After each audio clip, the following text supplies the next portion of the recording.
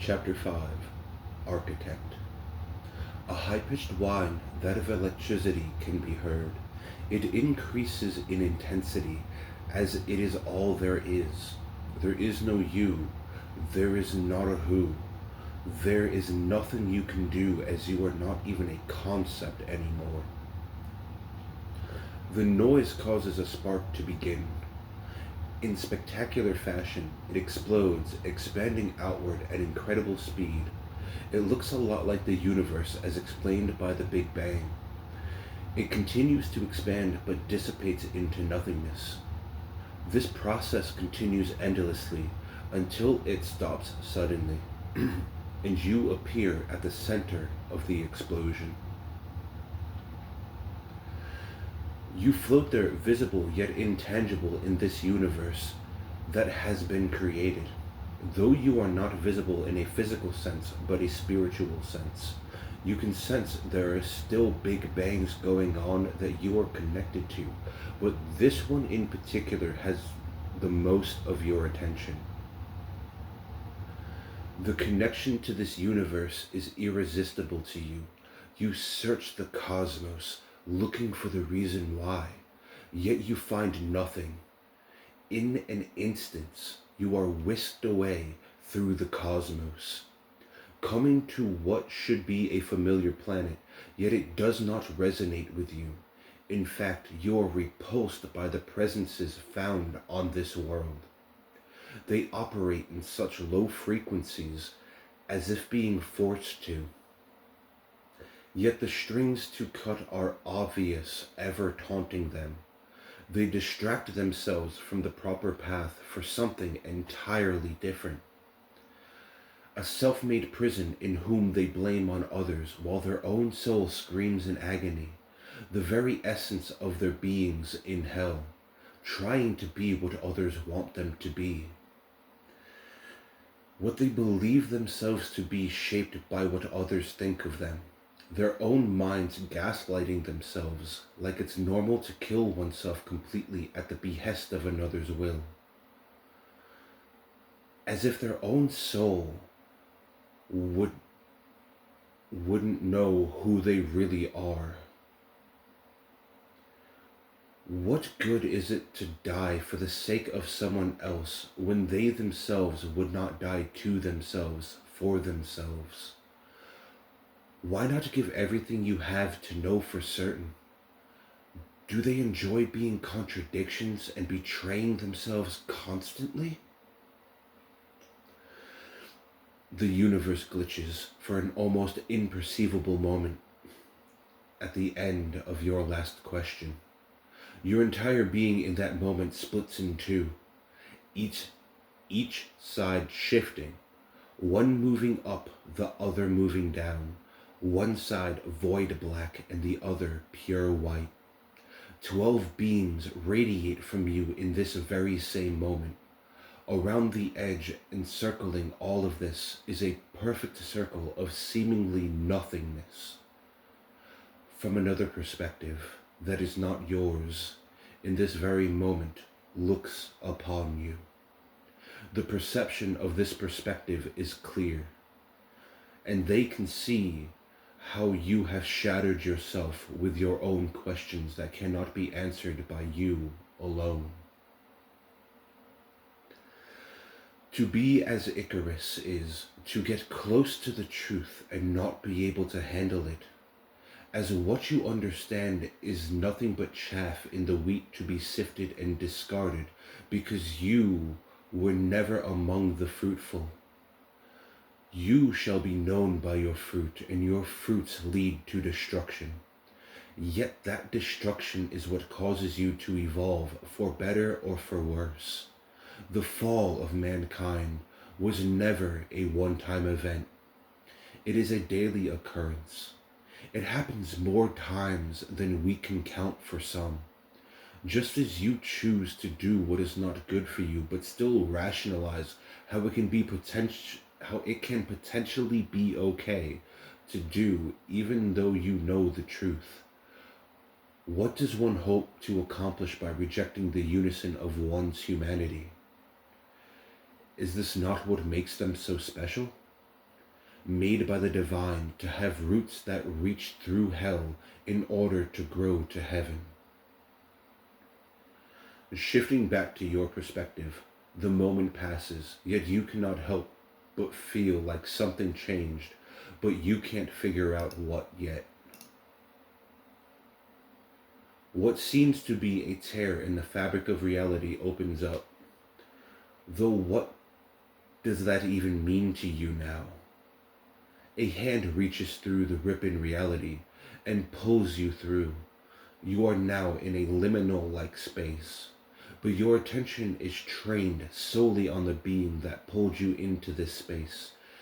Yet where one should be, there is nothing. It's as if the space itself pulled you through into itself. Chapter 6. Dialogue.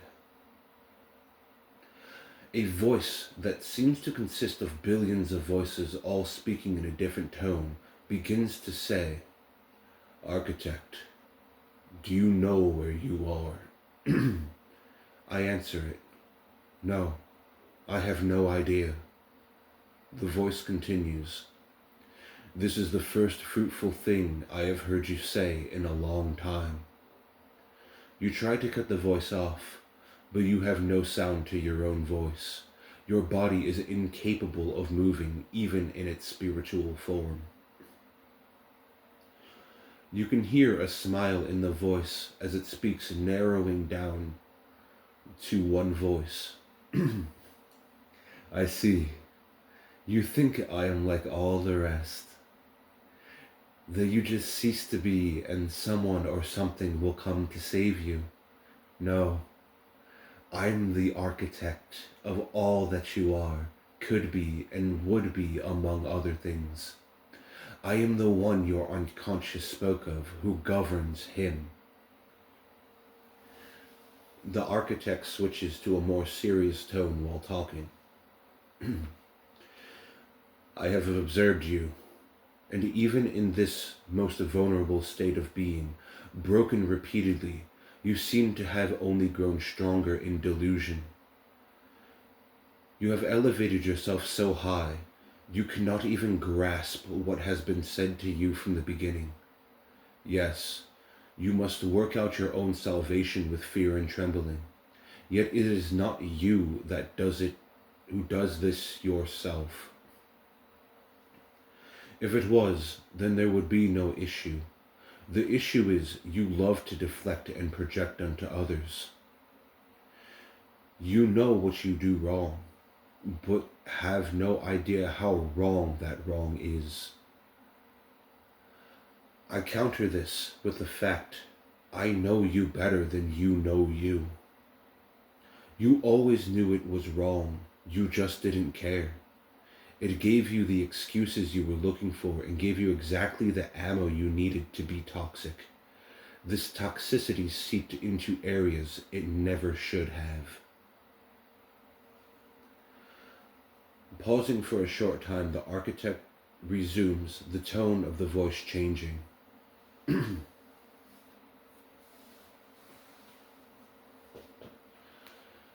"What is it to be alive to you?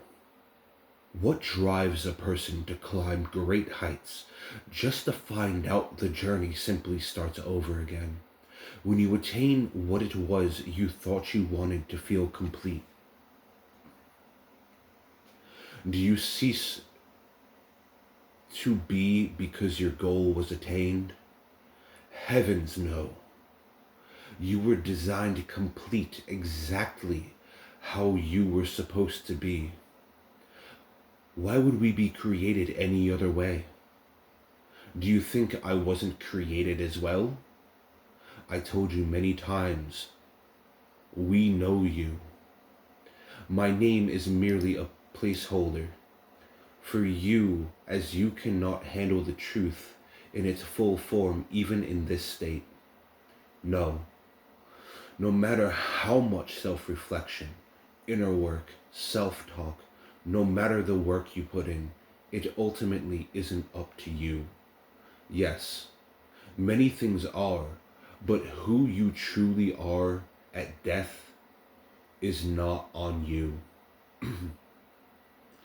The nature of your flesh often overshadows the efforts put forth by the divine through me unto all of you.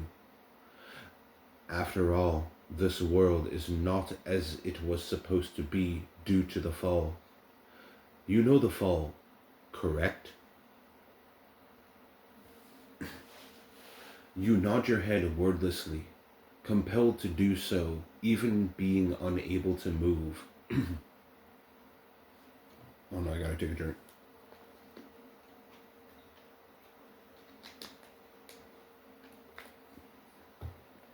Alright, resume. The architect shifts into a slightly higher tone of voice and says, Good. I was hoping this was the case, or should I say, knew it would be. All you need to know has been said to you, yet it still seems you do not understand you are part of the greater whole.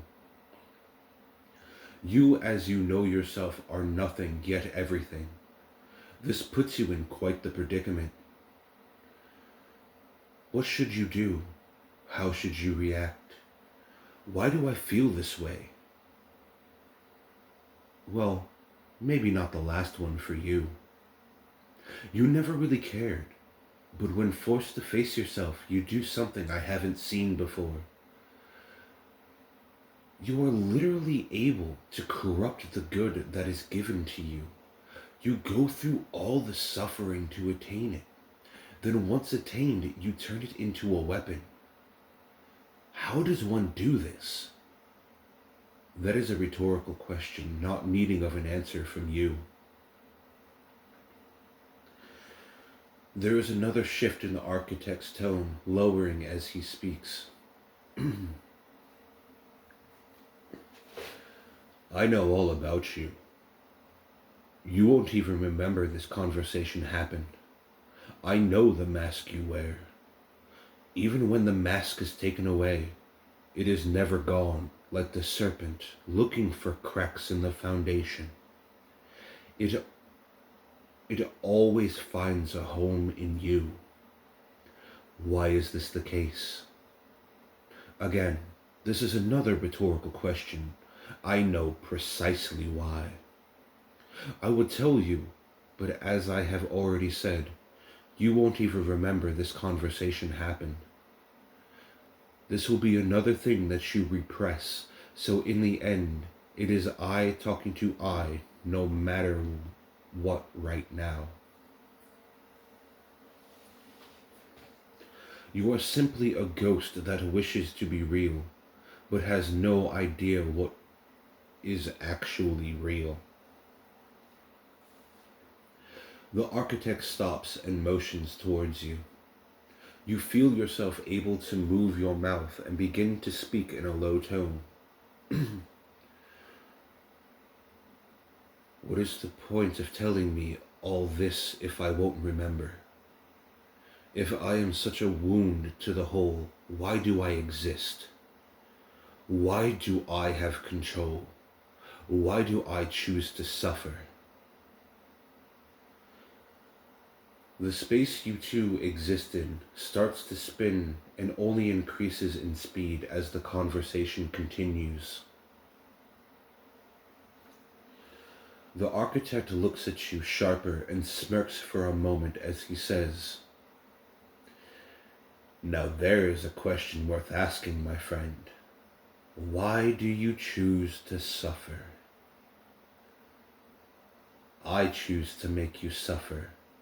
Not for sport, not for my own enjoyment, not even to make you feel what others feel.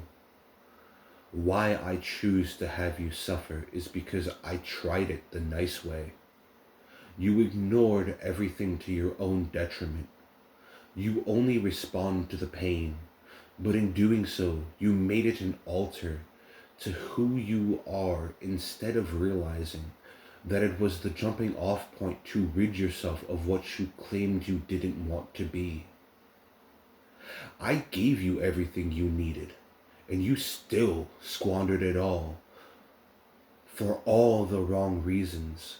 Even though the intentions were good, in the end, it didn't matter. You chose to suffer yourself for what reasons? I know, but you didn't seem to know, or rather, you didn't actually care enough to remember why. I was there in all the conversations you had with the parts of yourself. You practice the very things you want gone and claim it's now sanctified to do because your intention is different when you do what you did previously. How does this make any sense? How can the very thing that caused you to be the way you are, the answer to fixing what you are? By ingesting the very poison that caused you to be sick in the first place, you think you will build a defense to that poison? This is how you make yourself a monster when you were never meant to be one. You are left speechless, unable to answer the architect. Staring at the architect, you begin to cry, knowing what he said is the truth. You begin to shake, and the vibrations become more intense by the second, until your very existence's outline disappears. The architect sighs and begins to wave goodbye to you in a very melancholic fashion, knowing you won't remember what was said. Your entire form begins to fall away as if liquid. Where will you go? Your head falls away completely. Only a mask remains, floating, moving in the sign of infinity, in this space, looking at the architect with black voids for eyes filled with hatred. The architect smiles and waves one finger to the mask, and it disappears. And the architect is seen smiling ever greater after the mask disappears.